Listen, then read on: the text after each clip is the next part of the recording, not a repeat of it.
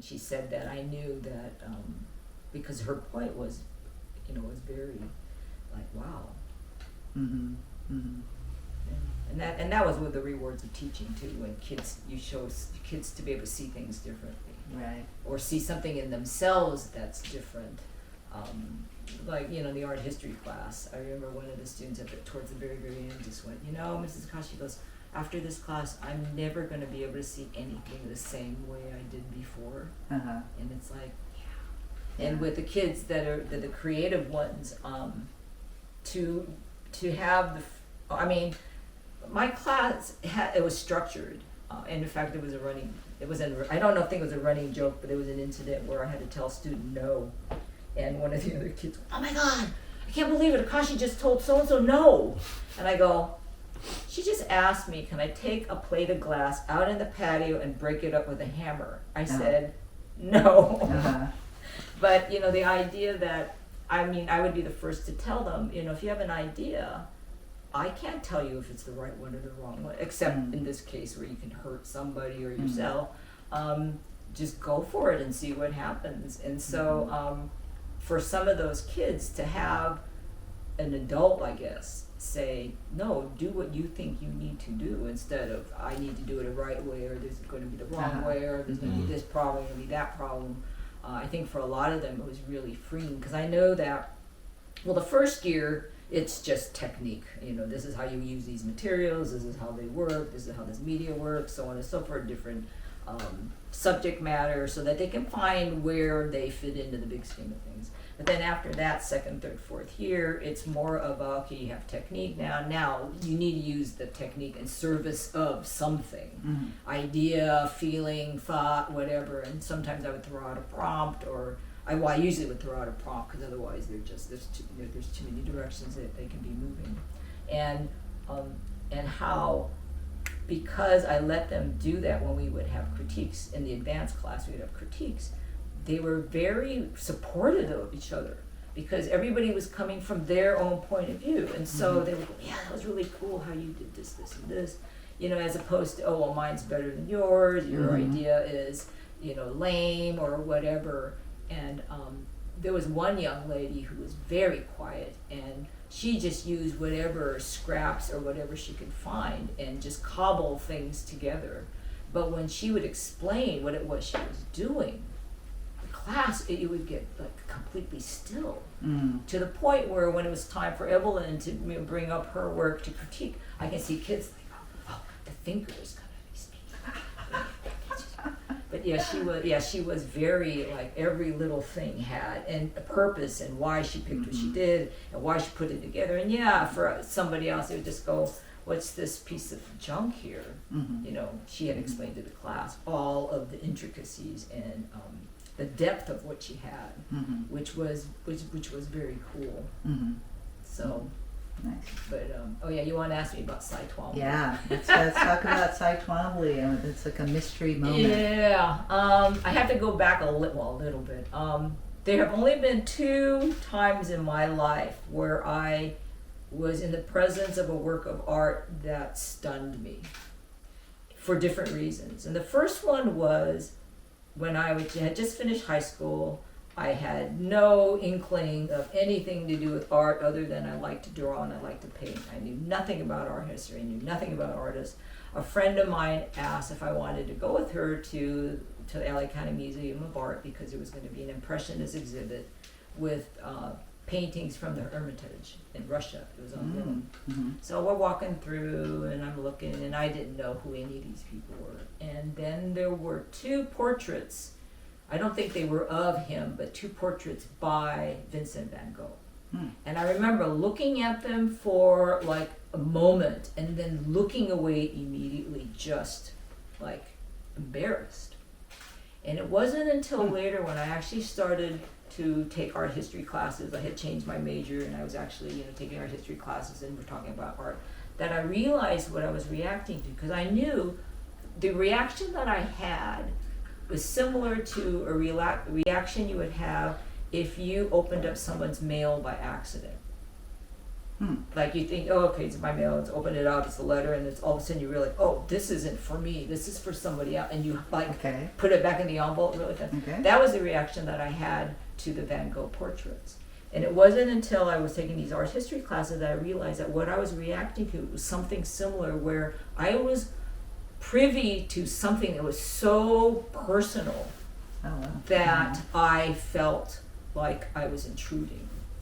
And then realizing then that that's basically what Van Gogh was doing, was he was just like literally pouring out his guts for the 10 years that he was just manically, putting together art. That's what I was reacting to.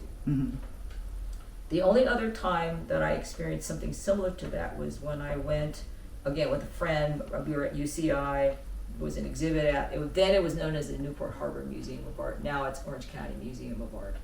They had an exhibit of the drawings of Cy Twombly. So this is like early 80s, late 70s, early 80s. And walking through them, and just, in fact, the people that I was with could not understand why I was so fixated with the drawings, but it was just, because they're just, like you said, people go, they're just scribbles. And some of those scribbles are erased, and some of them are way off on the edge of the paper, and some of them might have like white on top, or there's just these sort of little random scribbles, literally scribblings, like minimal amount of scribbling. But for whatever reason, I was just like enamored of them. Like how was he able to take these scribbles and make something that was so visually and emotionally compelling for me? Like that was the big question I had in my head, looking at like how like I could go home and try to do this and it would not have the same sort of emotional impact that I have looking at these, like the marks way down, like the few little marks way down at the bottom, which I then later learned from my painting teacher, my professor, who was my master's advisor too, was a way of acknowledging that what I was looking at were marks on a surface. Because having the marks all the way down the edge recalled the edge of the paper, and then I had acknowledged that this was paper, and the marks were on this paper. And so that I wasn't looking at just like a field of whatever, but that I was looking at a work of art, basically, because I had a knowledge of the edge of paper. Then I found out later that that Cy Twombly had actually studied Zen Buddhism in Japan, and my painting, my master's advisor had also studied Zen Buddhism in Japan, and that my being of Japanese American heritage, even though I don't think of myself as being that Japanese, that was what my aesthetic was what was speaking to me aesthetically, was that whole idea of things like things that are broken are beautiful, or the natural world, or minimal world, or you have big space and you have a little object, and what it does is it frees the little object within the big space, all those kind of things. And so it was like, I think it was just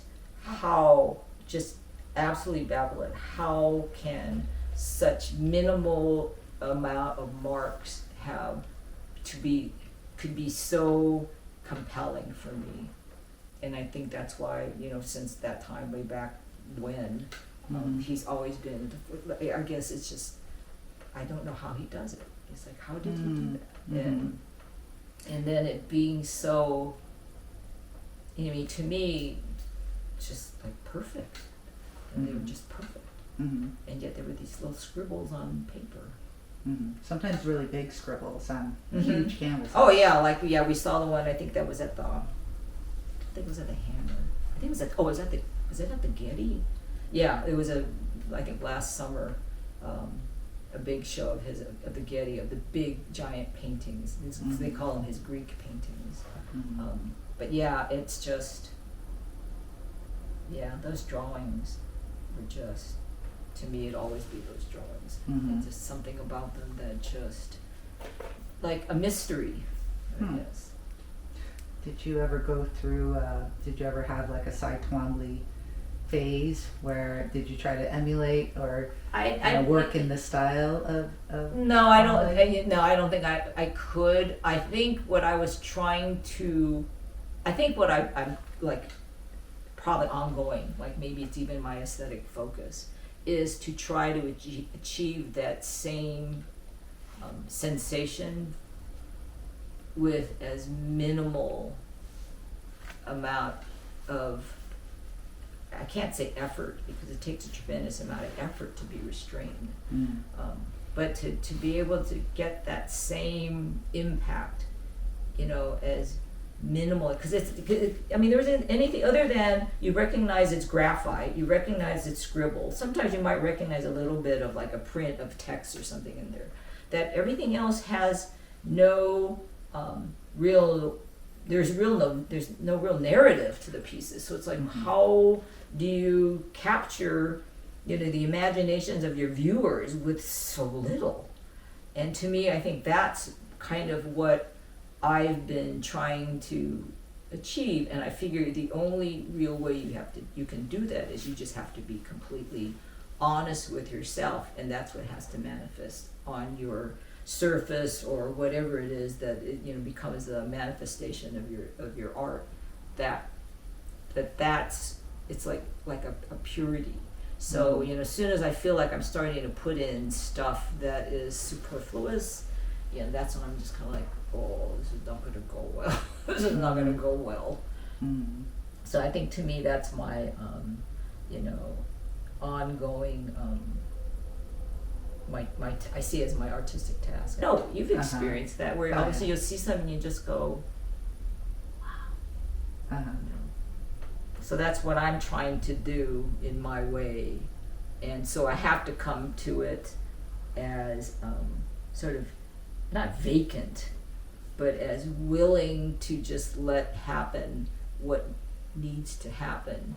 And it's not like like closing your eyes and just making marks. There is a consciousness, but the consciousness is like I told my son-in-law, it is you're having a conversation with your materials. And like I tell the kids, as soon as you make a mark on that blank sheet of paper, it's going to ask you, so what are you going to do now?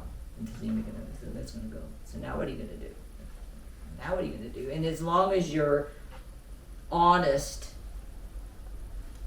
to see what happens and what needs to then happen, then in the end you will be pleased. You'll be satisfied with what comes out at the end. But as soon as you start forcing things, that's when you know it's going in a whole other direction, and so you need to sort of pull back. And I think I told you about, or it was in the podcast, the kids that do get stuck because muscle memory. That's I think that's one of the big problems for artists is muscle memory, where you just start doing things because it's just you develop muscle memory. A student who did and was just frustrated because she could not break out of it.